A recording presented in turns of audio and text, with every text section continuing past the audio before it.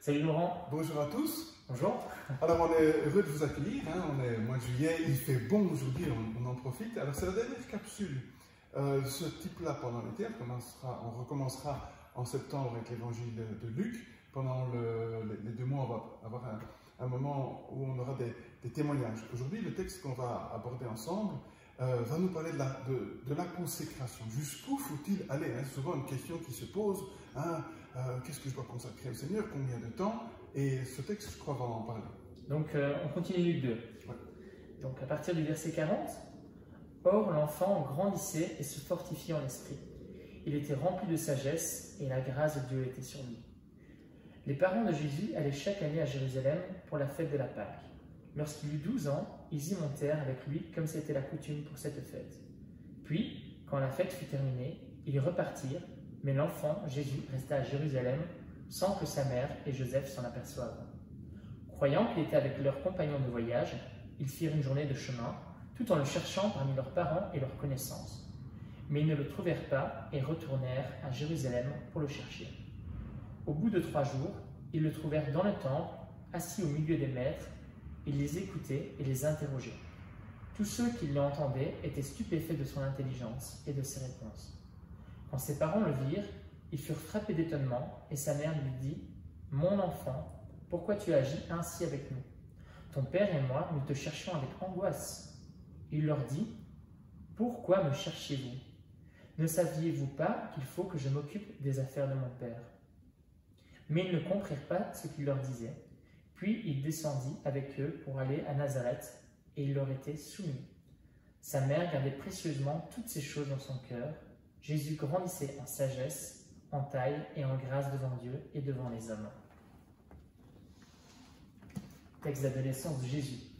Alors Laurent, on a fait exprès de couper au verset 40, que ce texte est vraiment pris entre 2 phénomènes. On parle de la croissance au début et à la fin de ce passage. Pourquoi?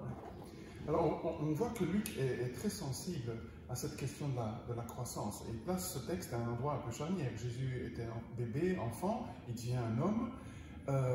Et c'est clair qu'en encadrant cet épisode qu'on appelle le recouvrement, Jésus qui révèle son identité, son rapport au Père, il est très sensible à la question de la croissance. Et on voit d'ailleurs que dans l'évangile de Luc, tout est en croissance chez Jésus. Il va venir 3 fois seulement à Jérusalem dans l'évangile de Luc. Première fois, il vient comme bébé, il vient un jour. Ici, il reste 3 jours. Et puis, il reviendra 1 semaine lors de son arrestation. Il y a une croissance dans le temps. Il y a une croissance aussi dans la prise de conscience de qui il est, de sa responsabilité messianique. Il est bébé, il ne dit rien sur des gens qui disent des choses sur lui. Ici, on a l'impression que le Christ perce en Jésus, et puis il reviendra pendant 7 jours où là, il va dévoiler sa royauté, son ministère messianique, il sera arrêté. Il y aura aussi une croissance dans le malentendu, dans l'opposition. Donc on voit que Luc est très sensible au fait que même Jésus passe par la croissance. Une croissance pour Jésus, donc on le voit, mais est-ce qu'il y a une instruction pour nous au niveau de notre croissance? Alors c'est clair que Luc ne fait pas simplement un récit théologique. Pour le lecteur et pour nous, ce thème de la croissance doit nous interpeller.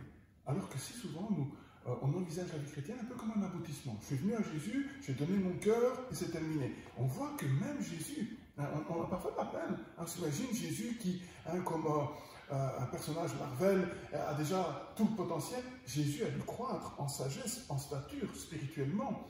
Nous devons croître dans le temps, dans notre compréhension de qui est le Christ, dans notre compréhension de qui nous sommes, dans notre ministère. Il y a vraiment place pour une croissance. Et je trouve ce texte très intéressant. Le mot adolescence est un mot très récent. Il n'a pas plus de 2 siècles. Chez les Juifs, la fameuse fête de la Bar Mitzvah, tu passais de l'enfance à l'âge adulte. Il y avait une croissance. On a besoin, non pas d'être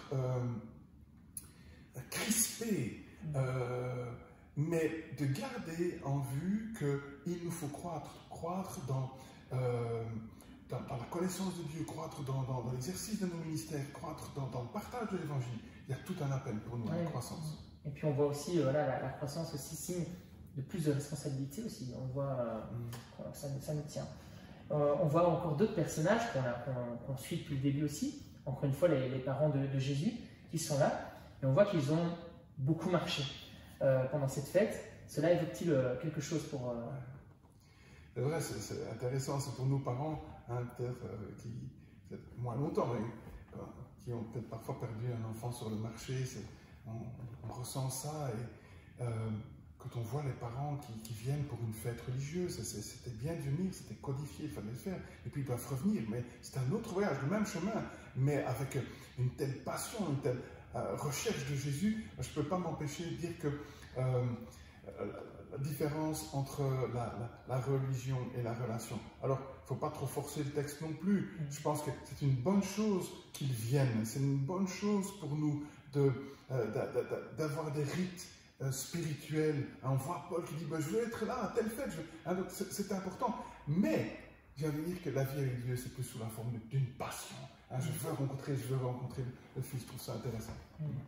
Et alors, ce qui est énorme dans ce texte, c'est qu'on voit les premières paroles de Jésus. Voilà, à 12 ans, on voit les premières paroles de Jésus. Ouais. C'est vrai, hein, quand on se dit, allez, quand est-ce qu'il va commencer? Et puis, là, il va leur parler une question et une réponse. Pourquoi vous me cherchez? Pourquoi vous avez été au marché aux puces? Pourquoi vous êtes allé à la foire de Jérusalem? Ne saviez-vous pas que je dois être dans la maison du Père? Je trouve ça très intéressant, cette parole. Il y a quelque chose du Christ qui se dévoile en Jésus et de son ministère. Le ministère de Jésus ne va pas être une suite d'activités. Il va résumer sa vie dans un lieu. Ce qui le disculpe dans cette escapade, c'est le lieu où il est. Mais c'est normal qu'il soit là. Ils savent bien depuis la visite de Gabriel qu'il va être dans l'intimité du Père, qu'il va s'occuper du Père. Sa vie, c'est dans la relation, la proximité avec le Père. Ça résume tout son ministère. Il s'occupe des affaires du Père. Ok, merci Laurent. Oui, je dois peut-être juste dire encore ceci. Il y a pour nous une application. Souvent, je prends ce texte pour la fête des adolescents. Parce que parfois on se dit, mais ils vont s'occuper de Dieu beaucoup plus tard. Je vois Jésus à 12 ans qui dit, mais ma responsabilité, c'est le Père. Je crois aussi que pour nous, nous qui sommes appelés à avoir la même tendance, la même mentalité que Jésus, notre vie, c'est pour ça que je parlais de la consécration, c'est d'être avec le Père, dans la proximité du Père, nous occuper du Père, de faire les choses du Père. Et là, on ne calcule plus. À la maison, je m'occupe des affaires du Père. À l'église, sur mon lieu de travail, puisqu'il y a une telle intimité avec le Père, puisque Jésus dit, mon Père œuvre, eh bien, je vais œuvrer, je serai avec le Père. Donc, ma vie est consacrée. Ok. Merci Laurent. Eh bien, bonne journée à chacun. Et à bientôt. À bientôt.